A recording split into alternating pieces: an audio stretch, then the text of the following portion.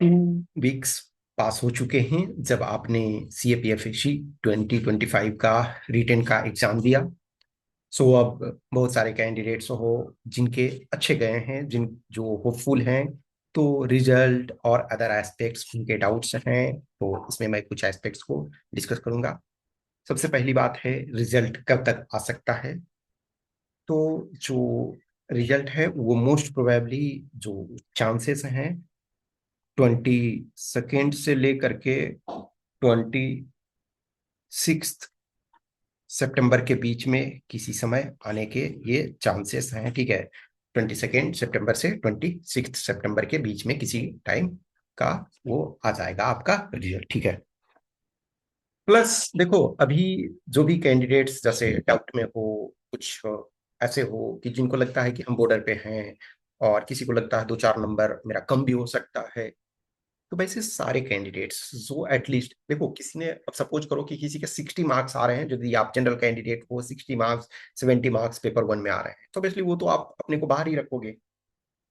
लेकिन जिसका भी 90 प्लस आ रहा है सपोज पेपर 1 में, और जो OBC और जनरल का ऑब्वियसली है, रिटेन वाले पार्ट में सेम रहता है, कपल ऑफ ईयर्स से आप देख रहे हो सेम है।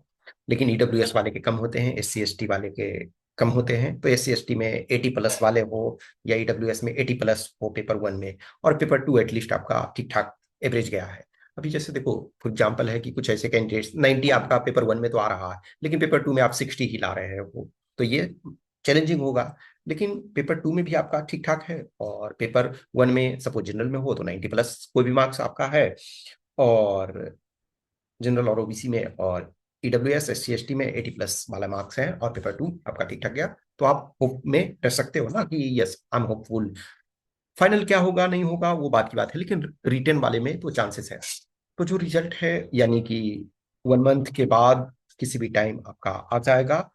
तो अभी जो है, जिन भी कैंडिडेट्स को लगता है होपफुल है, तो आप थोड़े थोड़े फिजिकल वर्क स्टार्ट करो। फिजिकल में अभी बहुत ज्यादा करने की जरूरत नहीं है, बट थोड़े थोड़े जॉगिंग स्टार्ट करो।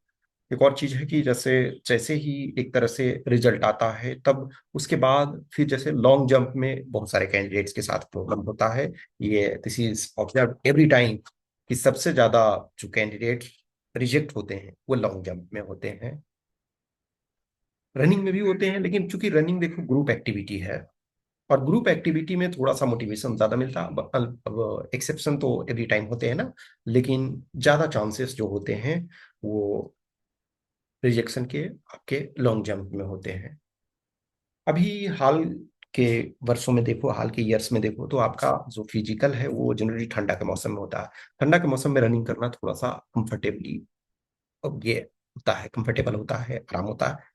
गर्मी के मौसम में मई के मंथ में रनिंग में प्रॉब्लम होता है। जैसे हमारे टाइम में जो उस टाइम है मई के आसपास फिजिकल होता था, तो उस समय कभी कभी कुछ एरिया में दौड़ना बहुत मुश्किल होता था। लेकिन आज के डेट में रनिंग थोड़ा सा आसान है, लेकिन आपको लॉन्ग जंप में प्रॉब्लम होता है।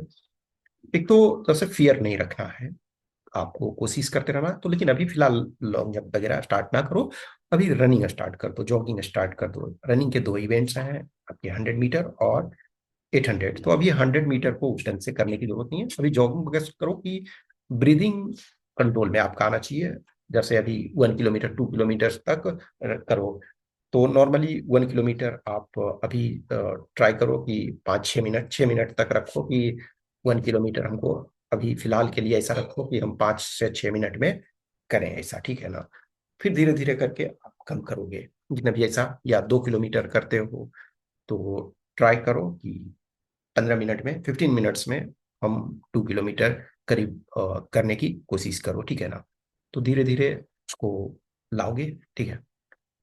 अब जैसे जिन भी कैंडिडेट्स के डाउट्स हैं कि हमारा हो सकता है नहीं हो सकता है, फिर भी आप यदि एक रेंज में हो तो अपने को होपफुल रखो कि हमारा हो सकता है।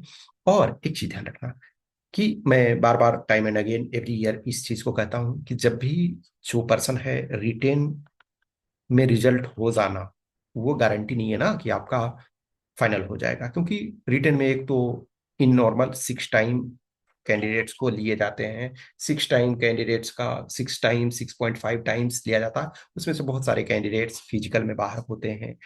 फिजिकल में भी किसी कैंडिडेट का फिजिकल स्टैंडर्ड टेस्ट में, जैसे हाइट किसी का थोड़ा कम हो गया, या चेस्ट एक्सपेंशन या चेस्ट मेजरमेंट नहीं हुआ, या कुछ और एस्पेक्ट्स में, फिर आपका जो इवेंट्स हैं, मेल के लिए 4 इवेंट्स हैं, फीमेल के लिए 3 इवेंट्स हैं, फिजिकल एफिशिएंसी टेस्ट में उसमें बाहर होते हैं, और बहुत सारे कैंडिडेट्स मेडिकल में बाहर होते हैं।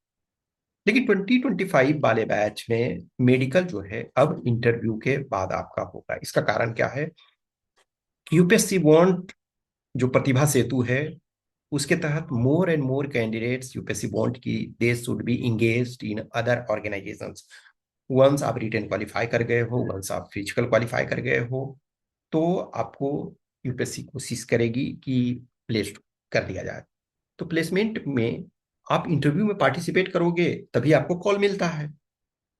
तो यदि मेडिकल पहले हो जा रहा था, अभी अभी तक एवरी ईयर में मेडिकल आपका पहले हो जा रहा था, तो वो कैंडिडेट्स जो फिजिकल और मेडिकल सारे क्वालिफाई हुए वही इंटरव्यू में जा रहे थे। लेकिन अब है कि आप फिजिकल पास हो गए तो आप इंटरव्यू में जा सकते हो। तो वर्स्ट केस में यदि मेडिकल में डिस्क्वालीफाई भी होते हैं तो एटलीस्ट आप इंटरव्यू में तो अपियर हुए हो, तो आपको चांसेस मिलेंगे।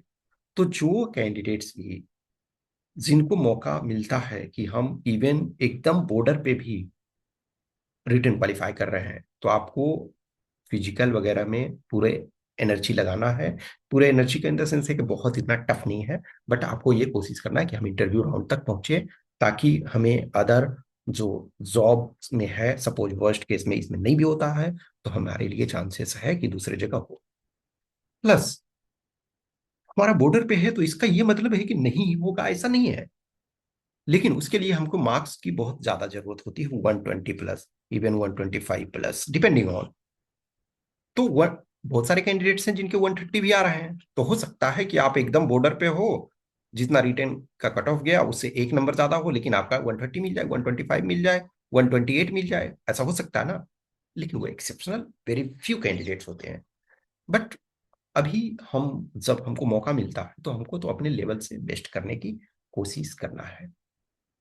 एक चीज हमेशा ध्यान रखना कि जब भी आप असिस्टेंट कमांडेंट हो, या सिविल सर्विसेज वगैरह हो, या और कोई स्टैंडर्ड एग्जाम होता है, वंस आप इंटरव्यू लेवल तक पहुंचते हो, इसका मतलब है आप में क्षमता है, आप में कैपेबिलिटी है, आप एक डिजर्विंग कैंडिडेट हो। तो आपको यूपीएससी अब तो अधिक से अधिक जगह ट्राई कर रही है कि प्लेस किया जाए। ये देखो 24 वाले बैच में ही जो है, जो कैंडिडेट का सिलेक्शन नहीं हुआ है, और या अभी रिजर्व लिस्ट में भी नहीं आएगा, तो उनके लिए यूपीएससी मौका देगी। अभी तक देखोगे कि लिमिटेड डीएफओ में मौका मिल रहा था, कैबिनेट सेक्रेटेरिएट में, लेकिन अब जो है एक्स्ट्रा जगह मौका मिलेगा। तो अब रेडी हो जाओ, अपना जो भी लगता है, और जिनको लगता है कि हम एकदम आउट हैं, ठीक है, आउट ऑफ रेस हैं, कि हमारा रिटेन नहीं हो सकता है, तो आप 2026 के लिए प्रिपरेशन अपना स्टार्ट करो। जो कि जानते हो कि 19 जुलाई 2026 को आपका एग्जाम होना है। यानी अभी अगस्त में हो रहा था, तो इसको 2 वीक्स प्रीपोन किया गया। तो नेक्स्ट जो ईयर है, यानी कि 26 में है, वो 19 जुलाई को होगा। तो आपके पास 11 मंथ्स बच रहा है। तो आप अपना एनर्जी लगाओ पूरे तरीके से। कभी भी जर्नी में आप ये मत सोचो कि हम आउट हो गए, नहीं। आप फाइट कर रहे हो, आप खुद से यदि नहीं हार रहे हो, तो देर इज नो डिफीट।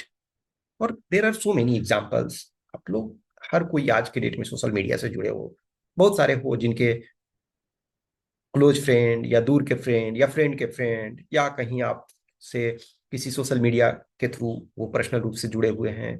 तो उनका आपने देखा होगा, कुछ है फर्स्ट अटेम्प्ट में क्वालिफाई करते हैं, कुछ है सेकेंड, थर्ड, फोर्थ, फिफ्थ लेते हैं। तो कभी भी अपने को ये मत समझना कि क्या होगा नहीं होगा, नहीं। जब तक आप फाइट में हो, जब तक आप मेहनत कर रहे हो, तो चांसेस हैं, अच्छे हैं, ठीक है।